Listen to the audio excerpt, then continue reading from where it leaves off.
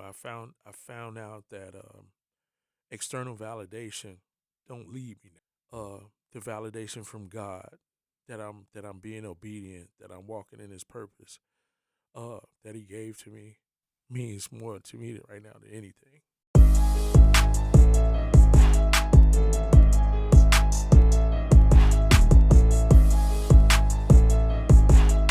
Yo, what up? It's your man Cross, aka Mr. Dean, and once again, you're listening to the Man Up Club presents on Holy Culture Radio. Y'all know what we do. Y'all know what we about. Giving a voice to young black males across America. Man Up Club is a mentor leadership organization for young black males between the ages of 13 and 24. We mentor in 4 different areas, which is life skills, social skills, academic discipline, and civic responsibility, with basically 3 main goals in our organization, which is to get young men to graduate from high school, keep them out of the prison pipeline, and get them to go on to college or have a trade after high school. Hey, listen, I got a special guest here that I'm excited to talk to because he's in the same field that I'm in the same city that I'm in the same state.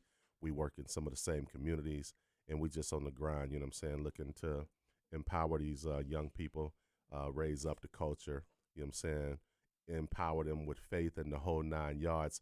Yo, say what's up to my man, JP. What's up, man? Thank you for having me, man. I How, appreciate you. how you doing? I'm doing great, man. Blessed. Good, man. I'm excited to connect with you, man, because we ran into each other, you know, in a couple different spots, Yeah. you know, and, we kind of run in some of the same circles, kind of working in some of the same areas with young people, man. I like the name of your organization. I got a boy down in Memphis, Tennessee. Uh, His name is Mr. Dale. Mr. Dale is he's like a pioneer of Christian hip hop music down in nice. the Tennessee area. But anyway, his whole brand was at Hope Dealer, and he was like a former drug dealer. Right. You know what I'm saying? And I know he was about his business, and man, so when I saw Minnesota Hope Dealer, and that was your organization, man, I was excited to know about it. Tell me a little bit about how'd you come up with that name, Hope Dealer?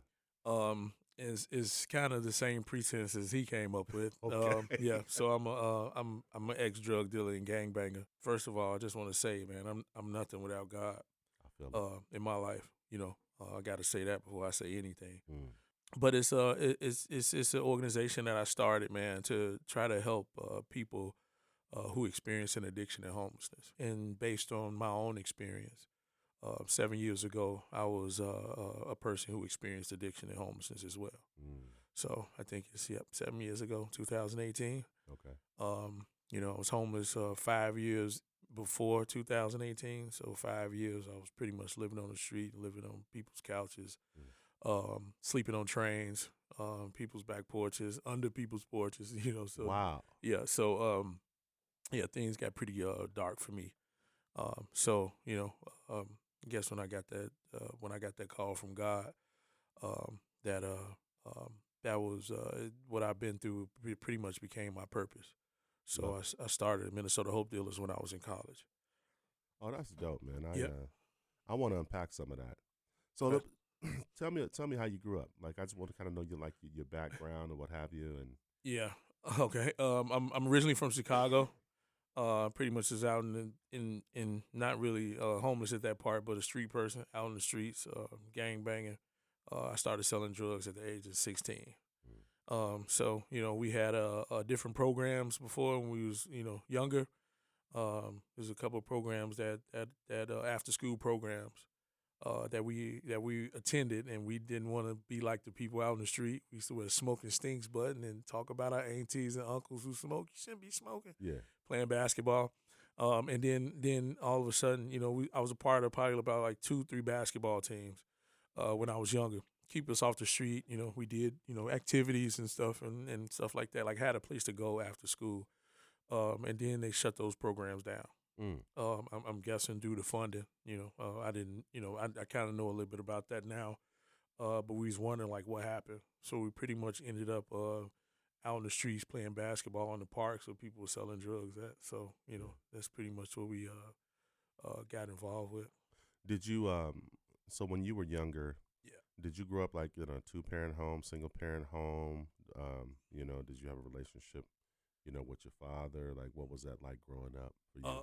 I think I probably seen my father like twice in my life. I didn't have too much a relationship with him. I lived in a single parent home, my mom, and we started off in a studio apartment. So eating bologna from the bottom of the stove type of thing. I feel it. Yeah, so we was pretty much grew up in poverty, man, and started off in a studio apartment. Yeah. Yeah, So, how you feel about that? I mean, 80% of the guys that are in the Man Up Club are fatherless, and I'm the same way. I'm a yeah. product of it. Like I didn't know my dad. It was How did that affect you though? it affected me negatively because when it came down to it, my mom was working a lot, trying to make ends meet and wasn't making too much money. So it was at some point in my life, man, when I was in the house and I felt neglected. I didn't feel the love, and I was like a key latch kid and stuff like that. So that's pretty much like how I got involved in the streets. I didn't feel like at a certain point I had a resentment towards my mom Mm. because I didn't know exactly what happened with my father and our family, just everything. Like, why do we have to live in poverty? Why all these people dying in the street? It's just like, it kind of felt unfair. Hmm. So I pretty much I just felt neglected. So I with love and like the negativity started. The only time I got any type of attention is if I did something wrong. Mm. So Yeah. yeah, so and it seems like that's pretty much what it led to, like the reward and punishment thing. I started acting out, and I didn't feel loved in the house because I felt like my mom didn't take the time out to, like didn't come to my basketball games or stuff like that. Like she didn't take the time out, but she took the time out to come to the school when the teacher said I did something bad. Mm. So I kind of revolved around that. As I think about my life now, I kind of revolved around that because that's the attention that I had got received. Yeah, I think that's real interesting, and I can relate to that Mm. because my mom she didn't come to any of my games and things, when I was coming up, and I didn't resent her for that because she was just always working all the time, and but not telling when I would ask about my dad, not having full disclosure. And And not telling me all the, that's everything that exactly I yeah. really That need to that know or right, would like to know, and I right. think she done it from the perspective of thinking if I don't give you this information, I'm protecting you, which had an adverse effect because it was like, no, I would prefer, and I couldn't articulate it to her at Mm. the time, but my preference would have been to know the good, the bad, the ugly. At least I can have a point of reference. Exactly, and that's where the resentment had came from, right? It didn't come from the games or anything like that. It's just like but it did come from the games because I seen everybody parents there, everybody Hmm. mom there, even somebody drunk uncle was there. You know what I mean? Right, So right, right, right, right, so I'm like, man, this drunk uncle there, my mom can't come, right. and she told me she'd come, and I'm looking for her in the stands, and you know, that and the fact that when I asked about my dad, it was it was like it was a big secret, sort of like what you said. So, Hmm. like I would love to know exactly what happened. Hmm. To this day, I really don't know exactly what happened. Yeah, But I would love to just know what happened. Like, why did he stop seeing me? He came and got me a couple times. Stayed in a different state. Came and got me a couple times when I was like around 3 or 5 or something like that. And after that was the last time I seen him. So yeah, I agree with you on that. yeah. So it's like too young to remember, to the point where you can really draw from that experience. I think it's interesting how um, mothers think that they're protecting you, but that a lot of times that has an adverse effect on you, and then you start to formulate these thoughts and these negative emotions or what have you, and then you're still looking, for that affirmation, Right. you know, um, that male connection, and what I've been observing in our culture Mhm. is that a lot of people, especially the young people and the young men that I mentor, they're almost starting to think it's normal, man, not to have a father in the home or to have a father in your life. I think that's such a tragedy. It is, man. It is. It definitely is. Just like that, I crave that male connection, and I think that's why I went towards the street. Mm, Because when we was in the basketball court, those dudes, I had holes in my shoes, and those dudes had money, and yeah, sending us to the store and keep the change, young blood, yeah, that type of stuff, and they had on nice shoes and nice cars and girls, all that different type of stuff that I'm just watching. Mhm. And it was just a matter of time before, I was like, hey man, I want to be down type of thing. Because that attention is what I crave. It was just something that I craved. It's just like the male attention, like you Mhm. said. Hey man, I see you out there playing ball, man. Good job, man. You doing this, you doing this. Hey, go to the store and give me this, and give me a 20, and he get something for like $3 and tell me to keep the change. Something like, oh, thank you, man. Yeah. Just like stuff like that, and I was probably being lured in, but in the same token, it was just like I never knew what love felt like. Yeah. So and that's why I gravitated toward the street because of that male attention that I was looking for. Why do you think that, because what you're saying is so prevalent across the country, especially in urban communities and impoverished communities. Yeah. Yeah, like why do you think that the people who don't have your best interests at heart appears to be the ones that always show a high level of interest? Well, is because I think it's an agenda. I think it's something that they're looking for us to do. It's almost sort of like grooming type of thing. So it looks good, and this is what. But we have to also think about what did that other person go through? Pretty much the same thing I went through, or pretty much the same thing we all went through. They had no father at home. This is the way that his big homies or whatever taught him, and this is what he's into now, and they probably use him in the same exact way. So I think it's passed down, from like generation to generation. Yeah, so they got empathy and they can understand the struggle, and they actually looking for the same thing that they didn't have. It's almost like for a parable, it's almost like the blind leading the blind. Exactly what it is. So to me, man, if when I say it feels like the blind is leading the blind, it's like fellas in the street, they have a sense of empathy because they like you said, they've been through the same thing or they're going through the same thing and they know what they need. But at the end of the day, they don't have an end game. When they pull you in, it's really no end game. It's like you just a part of the journey and y'all walking together, but it's not like they're necessarily leading you to into anything, in particular. But that's what I was saying, man. There's a lot of stuff on it in the streets, man. It revolves around money. It Hmm. revolves around somebody getting something for something. So it's like, hey, okay, if I can bring this little dude in and be a part of my team, then we can, man, we probably can make some money. He can help us out or be on our team and make some money, so I won't have to do much of the work. Hmm. So and I think that's what happens a lot in our culture as far as like the young people. What I mean? Again, it's almost like a grooming. They tell you the game, okay, this, and this. I wasn't the best drug dealer at 16, but there's a lot of times where um, they taught me what they felt that I needed to know. Hmm. You know, so it wasn't like, hey man, do this and go to school and go to this and go to that, right? It was this. Oh, hold on, hey, check it out. You can be a part of the team. Bam, we'll bless you in, be a part of the team, and you can sell drugs for us, and you can get your money, and you can make us some money. Yeah. So it's like, and you get 5 people like that, 6 people like that.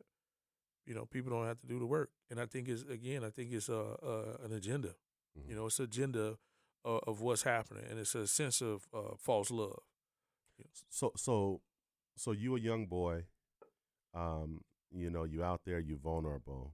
You get approached by gangs, or did you approach the gang? That's the first thought or question or what have you. But then, how did you feel about that going into it? Like, did you have a sense of fear, about getting blessed in, or whatever, or just the possibility or the potentials of things that you might have to do to be a part, or how was that journey? No, it was again, it was like it felt like somebody was paying attention to me. It felt like it felt like love at the time. It felt like, hey man, I mattered. I mattered to somebody. Hey man, it's good to see you, man. Blah blah blah. And it kind of, it kind of formed like a family. Hmm. At one point in time it felt like a family. It was a family of people. We all doing the same thing and this and this and this. We looking out for each other. And it was family. And I think that it fed into what I was craving. what I felt like I needed, right? Yeah. You know, hugs, the money, looking out for us, the protection, all this different type of stuff, right? Hmm. It felt like it was a form of love. When you say that, that's what a lot of people crave. They crave the attention. They crave the affirmation. They crave the love. They crave the sense of belonging and crave the sense of family, which is all of these good things. Which is what I'm hearing you say, that was your main focus and where you locked in. But anytime you selling dope, there's always, you know, the negative aspects of that come with that come with the whole life, Mm. the fear factor, of things that you may have to engage in, or you may get caught up in. And so, did you just block all of that out? Like, yo, for these great things and these tangibles that I'm receiving, I'm willing to just roll the dice on whatever. I mean, Uh, the point I'm making is like, it ain't like it ain't like selling dope is. It's like, you know what I'm saying, selling candy. it was a long road. You talking about 16? I'm 48 now. Yeah. So 16, and I pretty much was in the game up until like I was 36 or something, Wow. 38. Yeah. So I've been to prison like 3 times. Okay. I've probably been arrested, man, about 200 times.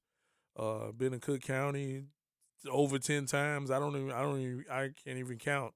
You know what I mean? So it's like I've been getting arrested since I was 17. Wow. So just a lot of stuff that happened, man. Police done beat us up, and all different type of stuff, man. Mhm. And a lot of stuff happened during that period of time. No, So no, no fear of being murdered. it was a couple times. It's a lot of times where I prayed, man, before I even got off the porch, like God, just make sure I get home tonight. Because it's Mhm. not a chance. It's a chance. We knew the chances of not making it home. Yeah. So once in the beginning it might with some fear, but once you like involved in a lifestyle, man, the fear kind of subsides a little bit, and Got you. you become desensitized to a lot of things, especially like death and murder and violence and stuff like that. Like we see it every day. Gunshots was our lullaby. You know what I mean? That's Mhm. how we went to sleep at night. And it was like we went to parties and different events where they shooting at, and we'll go back next Friday. You know what I Right. mean? So Right. because it's something that we in and living in. So we dodged a lot of bullets. We dodged a lot of people. It was just stuff that we was like involved in the midst of it. So we was taught like to have no fear, about different things. But in all actuality, it was a little fear there, but it became so normal, that it was something that we was living in. Yeah. It was times, man, where we used to sit on the roof, me and my homies, man, at the night of selling drugs or something, and just like, man, just like be open with each other, just like, man, like why God placed us in this war zone. That's real. Why God placed us here, man. Why, like, and just sit there and we don't supposed to cry, right? But have tears rolling down our face, because this is where we feel like our end game is, right? This is where we feel like we're going to die in. So it's like, man, why did God place us here? Why did we have to grow up like this? And we see people on TV, Mr. Belvedere, You feel me? living comfortably, and people have, but just stuff like that, and like we have to kick and scratch for like crumbs, and what I mean, just like, and become like the worst of the worst, so to speak.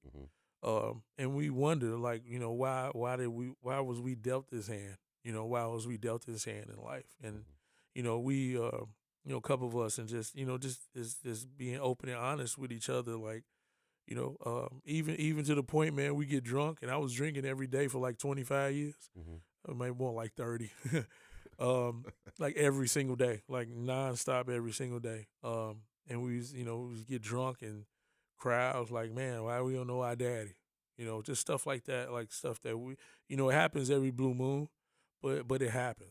Right. These are the realistic things of stuff that we was going through, and like wondering why, you know. I'm so glad you unpacked that, and that's what I was going for, because you outside, you living this real life, you putting yourself in real danger, Mm. you taking these real chances. And for people on the outside who's looking in, that's all they see, that to just identify you, like they sum you up with whatever it is that you're doing, as opposed to even trying to see who you are.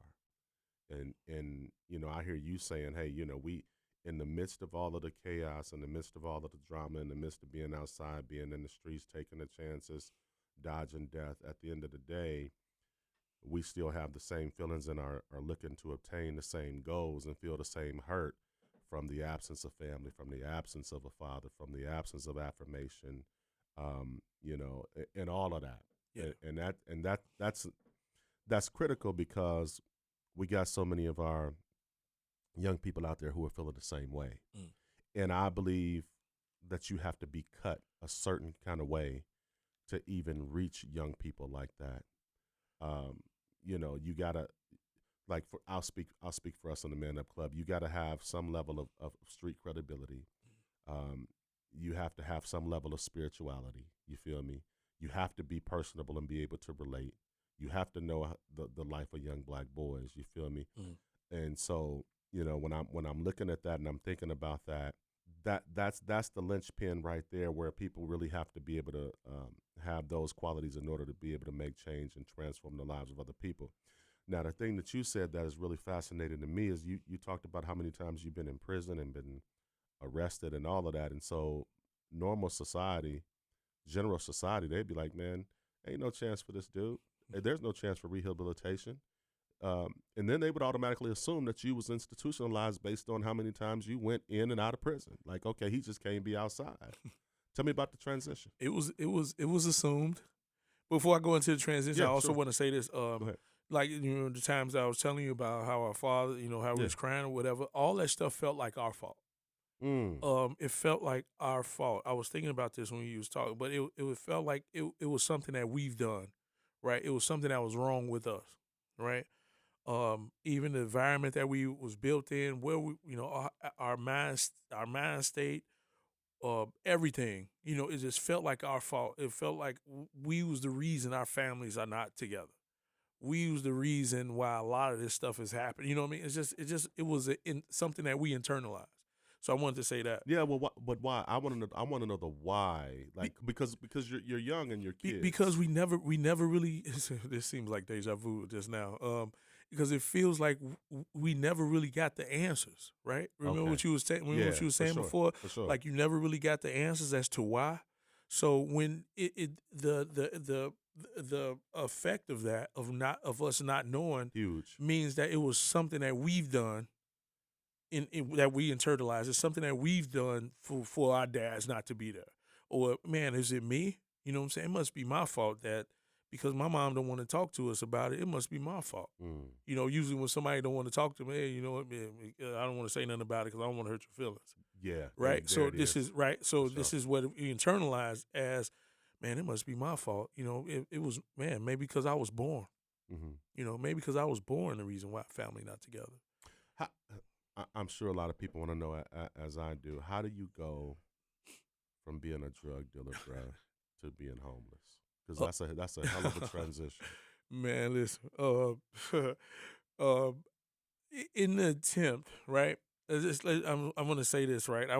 I started going to jail, right? I've been to prison in three different states. I started going to jail, and it was like, hey, what's up, youngin? Youngin, do this, or whatever the case may be. And then I went back to jail, right? And they's like, what's up, old school?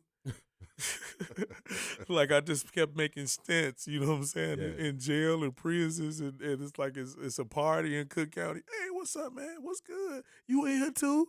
You know what I mean? Like it's okay, as we being packed as like sardines and stuff, or getting beat up by the COs and stuff like that.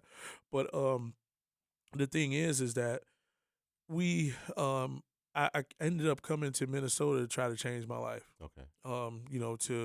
Because in Chicago I just couldn't do it. I tried to leave a couple times. That's why I ended up in prisons in other states. But I left Chicago to Minnesota to try to better myself. Mm-hmm. And I brought the hood with me Mm. as I'm bettering myself. Well, I actually got a job, and then I got fired, and and just internalized it with depression and stuff like that. Now, the only thing I'm good at is selling drugs. I'm sitting here talking with my man JP from Hope Dealers, Minnesota Hope Dealers, talking about his life, his story, how he came into his organization, and just fascinating and amazing information. And these are the real stories that you need to know, because when it comes to getting to know black males, a lot of people kind of shy away from that, or they have these preconceived notions and they simply just draw conclusions or what have you. So, man, you talking to me about being in and out of prison, Yeah. and this transition from being a drug dealer to being homeless, and your whole transition, with that. Go ahead and unpack that for me. Well, again, I came to Minnesota to try to change my life, man. It was God that did that. Um, I just had to go. Chicago, a lot of people done got killed. Majority of my friends got killed. Just I stopped going to funerals at one point in time. So I just didn't want to be a statistic, man. I just didn't want to die in the street, or just did. I wanted to do something with my life. Um, and came to Minnesota in 2012. I got a job. Well, it took me like 6 months. So I got a job and was working, doing good work and stuff like that. Then some stuff happened. I got fired. And it devastated me. Just like, and I'm trying to better myself. It just seemed like everywhere I go, and the depression is just stemmed down from how I felt about myself.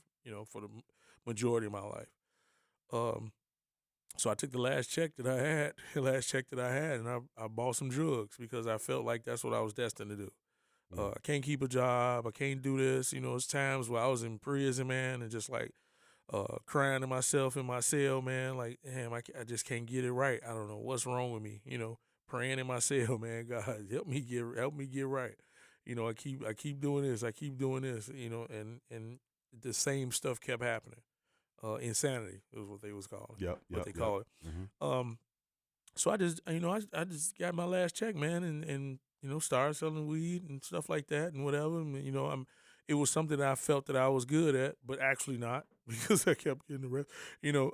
But it's something I felt like I was destined to be. Okay, I can't keep a job. This is what I feel that I'm good at. So that turned into that. Um, Police had raided our house, all different type of stuff. You know what I'm saying? It was the woman I was with and stuff got the house raided, and luckily it was unlawful search and seizure type of thing. So I didn't go to prison. And like I said, I had a place to stay all the way up until I started selling meth. Mm. So I got up with some people, started selling meth. Um, and a lot of stuff that I was going through, it was chipping away at how I felt about myself.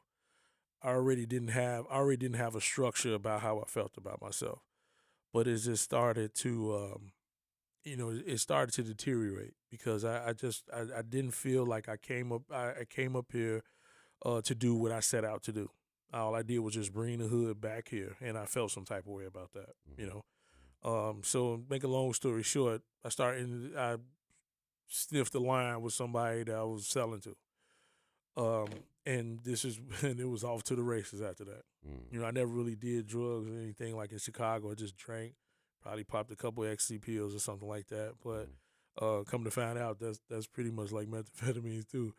Um, but I just got into that scene. I see how much money I can make, and I got into that. So like I just started getting more and more. I had a house, a couple cars, all that different type of stuff. Got involved in relationship. Me and her was partners, and at one point in time, I felt like she was cheating and all this different type of stuff, and like I just started doing more drugs. Mm. I got arrested, and like I swallowed like an 8 ball or something like that, and it like God. leaked out into out the bags into my system, and it was all this stuff was a mess, man. Yeah. It wasn't like, it didn't start off like as an addiction. It just started off like something I was doing. Got it. And then when I swallowed that, my tolerance got high, and man, everything was, pretty much my whole world just crumbled down on me, Mm-hmm. So lost the house. I had a house, apartment, couple cars, like, and make a long story short, man, just pretty much, we got kicked out. It's just all this different type of stuff started happening. Yeah. So, I'm using now to stay up, so stay up meth make you stay up. So I'm using now to stay up so I can sell more drugs. I was still homeless selling drugs too. Mm. So I ended up, my girl at the time got locked up. So I was out there, doing stuff, messing around with other girls and selling drugs and using with them. And, just, she came back home, we got kicked out, and now we stand in the car. Yeah. What's crazy about all of that Mm-hmm. is what you said in the beginning before that, which is you was praying to God the whole time about changing and transforming your life. Mm-hmm. Yet you still going through what some people can easily describe as hell. You going through hell. You going, um, but God is still there with you. He's still connected to you. You still praying, and in the midst of that, you still having faith. Yeah. Even though you're going through your trials and tribulations and your struggle, you still believing that God gonna bring you out of this. It was, you know what, at some point in time, like I kind of forgot about God during that time, right? Mm. Because meth is a dark drug.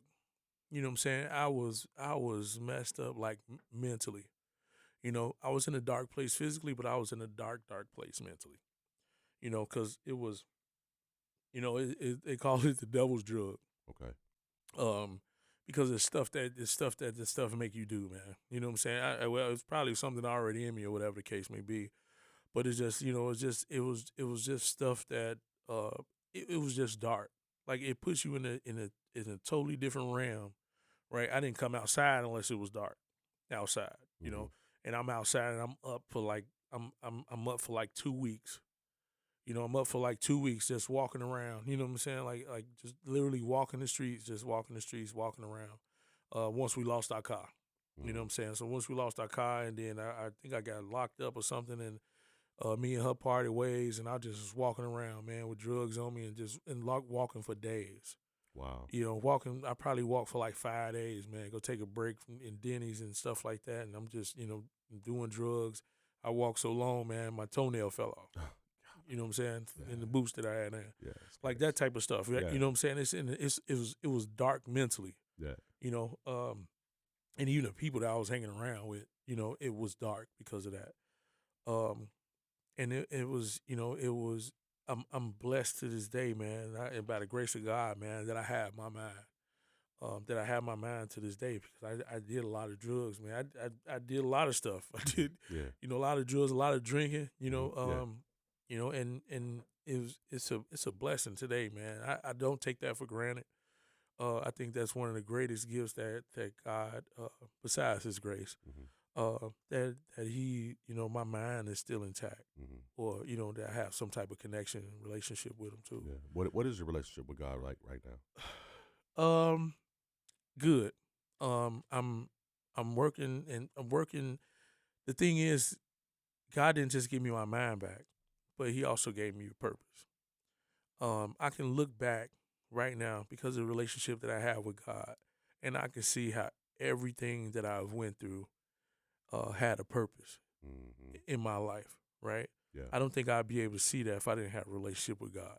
Remember, I told you He was on the roof, and I'm just like, God, why? Yeah. I still think about how we felt about, about that as we sit on the roof and they shooting, and you hear somebody screaming, and, I'm just like dogs barking, and, I can just picture the scenario of what we was on. We was on the roof or whatever, um, and I can see not only, um, by looking through the past, but by the people that we impact now, or how all that stuff had a reason behind it, Mm-hmm. a purpose behind it. Because like you said before, like now I can feel the pain and the hurt that people have who are experience homelessness, or who don't have a dad, or who's going through mental anguish or whatever the case may be, experiencing addiction. Like I can feel people's pain. Yeah. Um, and I wouldn't be able to do that if if I didn't have a relationship with God. Yeah. So, like some people would argue that we live in, like, especially with the next generation, that we're living in a godless culture where, the culture really glorifies things that are polar opposite from God, like sex, money, murder, pride, drugs, Yeah. misogyny, all these things that you see in mainstream media. Mm. Give me your take, man, on why you think the culture don't profess their faith for God. Like, why are they not more vocal about it? You know what I'm saying? Like, obviously, he worked a miracle in your life, and you Yeah. was at the bottom. You Yeah. really got it out the mud, About but you give him that credit. yeah, because I couldn't because I know that I tried to do it by myself and couldn't. Mm. Not one time, but more than a couple times. Yeah. Tried to do it myself and I couldn't. Mm-hmm. But only by the grace of God that I'm here right now. Yeah. Uh, So then, why is it that the culture don't? Because they caught up in a lot of not you, everything that you you, talked about, but the different aspects of you it. you know why? Um, because people are afraid of what other people think about them who are a part of that culture. God told us not to be a part of the world, and that's the reason why. Because if you're a part of the world telling you a lot of different things, man. There's so much programming going on, TV, radio, all this different type of stuff, right? Mm-hmm. People don't confess. It was one point. It was one time. The reason why I know, right? Because I'm speaking for personal experience. That people ride down the street and like bump music and stuff, right, real loud or whatever. And I was listening. It was one time. This was a while back. I was listening to a cold gospel song, right? Yeah. And then I seen my homies and I turned it down because I cared about what they thought about me, Yeah. right? And I think people care. People are living externally versus internally, right? Working with God or having a relationship with God have you living internally. Mm. A lot of people are living externally because they care about what other people think about them. They care about uh, what they think about them or what they're going to say or how they feel about them versus what you're feeling inside of yourself Mm-hmm. and being with God. Mm-hmm. That's the world, living externally, because people can't even get themselves right because they living externally so much. Kids won't profess their their allegiance to God because they care about what the other people are going to say about them. And it's the same way for adults as well. People, and this is the reason why I don't think a lot of people profess their a love for God is because of that reason. Mm. That's deep. Yeah. And I agree with you. I agree with you because the thing is, yeah, what I've witnessed is that people have like this external persona or posture that they want other people to see, Yeah. or character, if you will. But then it's like, but when you get by yourself and you have to really deal with yourself, I guess that's the internal part. Right. But That- people can't do that. People don't do that. People can't sit with themselves or even sit with their thoughts. Mm. This is why people go to sleep with TV on. This is why people are used or cause chaos, right? When it's peace. Mm. People say that they're bored, right? I'm bored.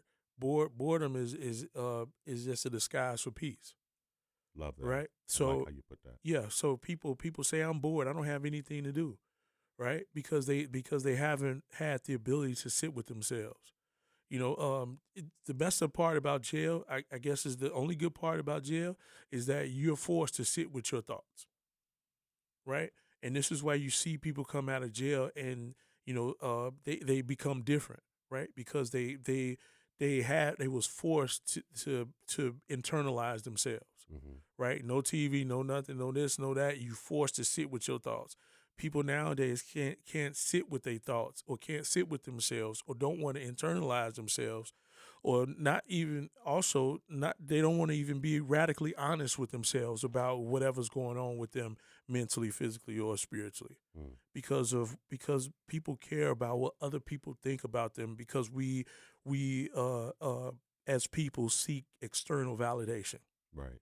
And if we don't seek validation, there's somebody against us, and we don't want that to happen. Hmm. This is why the world is can't confess their love or their allegiance to Jesus, because they care about what other people think. They Hmm. haven't internalized themselves. Yeah, that's real, man. That's real. And in the midst of all of it, you found a sense of hope, Yeah. and so now you got an organization called Minnesota Hope Dealers, which is a thriving organization. I've had the opportunity to sit in the room and hear you actually talk about it, and I was drawn to you just because I love your passion, and your conviction for when you talk about your organization and the work that you do, because I recognize, and I know real recognize real, but I Yeah. know that it comes from a real place. And I want to get into that, man, and I want to talk about Hope Dealers. In the midst of everything, man, that you're dealing with, from homelessness to drug dealing to being in prison and the whole nine, man, you still got this glimmer of hope. So scripture says, like, if you got faith the size of a mustard seed, God can move mountains. And the thing is, that's not predicated or applicable to um, people of the faith or Christians. That's a general universal statement. That's for anybody. That if you have faith, um, you can move mountains. Tell me about the hope you had, man, to transition and to do some, to pivot in your life and help other people and young people and people who was in your situation, who were homeless and who were addicted to drugs and what have you, because you've built a whole organization around everything that you was going through. Yeah. Yeah. It was one day, man. I was in the trap house, right? It was like I've been up for like 5 days, right? I was looking in the corner. One side, people was huddling, twisting the bubble, right? And then the other, somebody over here was shooting up, and I'm just like, hurry up, so I can save you some more drugs, right? And then it's funny because like I've been through these scenarios and situations a lot of my life, like I said, for a long time, and this is when I got the call from God. I was homeless at that point in time, and I was using somebody's apartment as a trap house type of thing. And it was sort of like a out of body experience. Um, it was like I came out. I like to say this is the time of my death. That's why I call him. That's why I go by the moniker JP. Because the old me died at that point in time, and I got back into my body, man. I'm looked around. I'm like, what am I doing here? What am I doing? So at that point in time, man, I just I was like I pretty much was done with that, and this is where God started leading me. So I ended up checking myself into a shelter, going to treatment, went to treatment, got me some mental health stuff going on, mental health worker, therapist, and all that stuff. Ended up graduating treatment in 2019, and then I started going back to school. I went back to school to become a alcohol and drug counselor. Dope. So I did, I seen a couple of alcohol drug counselors when I was in prison and stuff. I was like, that'd be dope. I know about drugs. So so I it's kind of my dream to like go back to school. Like that was one of my dreams that I had. This is the hope, where the hope thing comes in at, because I always had hope that I was going to try to go back to school sometime. I tried to go to college before after I graduated. I did graduate high school. I tried to go to college, and I only graduated high school because I was still selling weed, and everybody, all my homies was there. But and I went to class. But so I went back to school, man. I did something that I always wanted to do, go back to school, and in the midst of me becoming an alcohol and drug counselor, it wasn't fast enough for me. Mm. So I sat in the parking lot pretty much and like made the Minnesota Hope Dealers Facebook group to encourage people and stuff like that. So it's a lot of stuff that happened in that, but I eventually filed it as a nonprofit and stuff like that. So we just started doing a lot of work within with COVID. Hmm. When COVID happened, so we was like out there on the street, going to each sober house in St. Paul and Minneapolis and stuff, and passing out essential items because they couldn't go anywhere. So we started doing that, and that's kind of like what kicked everything off. Mm. Yeah. I think that's powerful, man. And so, how long have you had your organization? Since as a nonprofit, 2020. Okay. And Um, what exactly is it that you all do? so we help people experience an addiction and homelessness, whatever that entails, man. We help people find housing. Right now, we have peer recovery services for people who's curious about recovery or who's also in recovery to help navigate them through whatever it is that they need to go through. Man, finding their families, birth certificates, whatever the case may be. We also help people in the reentry field who's coming out of incarceration as well. So because drugs and alcohol is just one or two aspects of what recovery is. People recovering from a lot of things, the street lifestyle. They recovering from domestic abuse. People come recovering from gambling or eating disorders or whatever the case may be. Right. Recovery is somebody who want to change their lives, who's dealing with stuff that's probably challenging the quality of their life. So we do that. We help people again. We help people with housing, recovery, navigation. We do outreach. We try to reach out to the kids when we can. We got the recovery basketball league going on. So we do events, sober parties, different stuff like that. So yeah, Yeah, that's deep, man. yeah. Well, first of all, I'm amazed by everything you do. I want to go a little deeper. Okay. Out of all the things that you've been through in the whole journey Mm. and what have you, if your father saw you now, what would you want to hear him say to you? Um, I guess the phrase that everybody would like to hear that I think is that, hey man, I'm proud of you. I'm proud of you. Like that was something that I always wanted to hear. Right? I'm proud of you. I like what you're doing, and I'm proud of you. I found out that external validation don't lead me now. The validation from God that I'm being obedient, that I'm walking in His purpose, that He gave to me means more to me right now than anything. You know, I don't seek external validations. It's nice when people give you a pat on your back, but one of the things that God blessed me with was purpose, a reason for my existence. You know, Mm-hmm. especially when I felt like nothing, man. Mm-hmm. I was nothing. I felt like nothing. I felt like my life didn't matter. I felt suicidal a couple times. I even attempted suicide. You know, so for God to give my life and everything that I've been through to give it purpose, is something that I never take for granted. That's why I have the passion that I do have because because of everything that I went through, man. I don't want nobody to feel that pain. That I felt. But I also know that God is with us through the midst of struggle. Mm-hmm. You know, and I couldn't ask for a better life now. Rocking with God. I couldn't ask for a better life now. Right now. I don't care what people think about me. You know, I care about what God think about me. I care about His purpose. I'm not perfect, but I do try to walk in obedience, and I do try to walk with integrity. You know, and I do try to also walk beside the people who's hurting. You man, woman, child. I try to walk with them because I know what that feels like. Yeah. Yeah. Yeah, I appreciate that. Yeah, you basically trying to walk like Jesus because the people you describe, those are the ones that he walked with, and he says, basically, if you disrespect or harm, the people who are at least in the kingdom of God, then you're doing the same thing to me. And I feel you 100% with where you at, and I appreciate you being transparent and keeping a buck with us, man, because that's what it's really about. That's where the real transformation happens. That's where the real growth happens. And I can relate to it because um, I have those sleepless nights Mm-hmm. um, wondering about purpose. And like you, I thank God that I'm walking in my purpose. I think that a man without purpose is a dangerous place to be.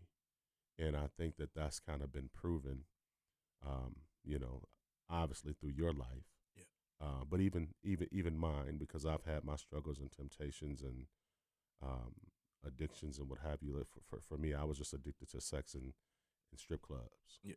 Couldn't break it. It controlled everything about me. Um, but when you struggling with whatever your addictions are, whatever your issues are, Scripture talks about it being a thorn in your flesh. It's like God says, but at the end of the day, man, my grace is still sufficient enough.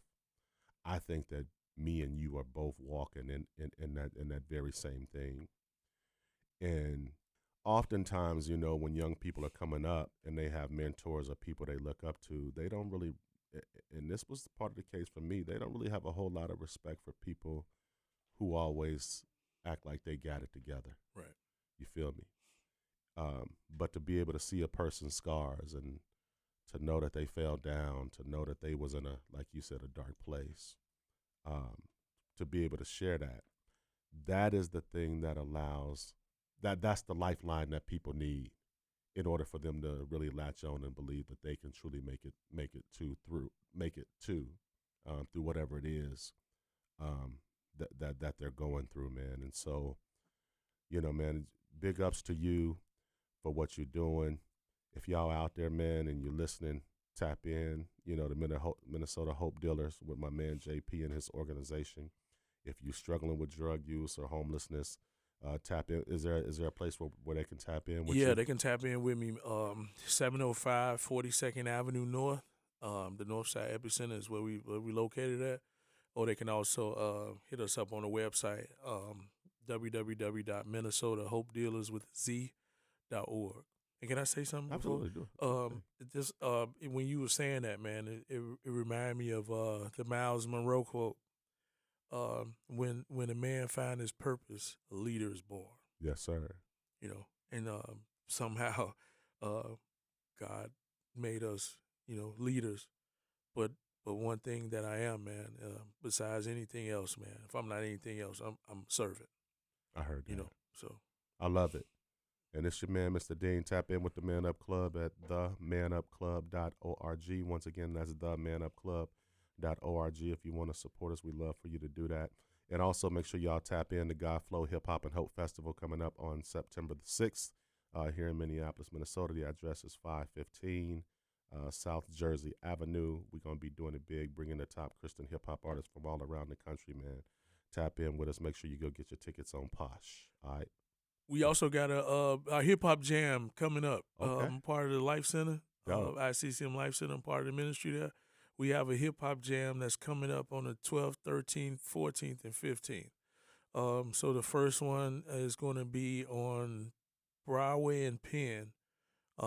Broadway and Penn. The next one is on Laurie and Penn, and the other two is over south. One in the parking lot, and the other one in PV Park. So come and join us. Yeah, we're getting ready to do some work together there. Yeah.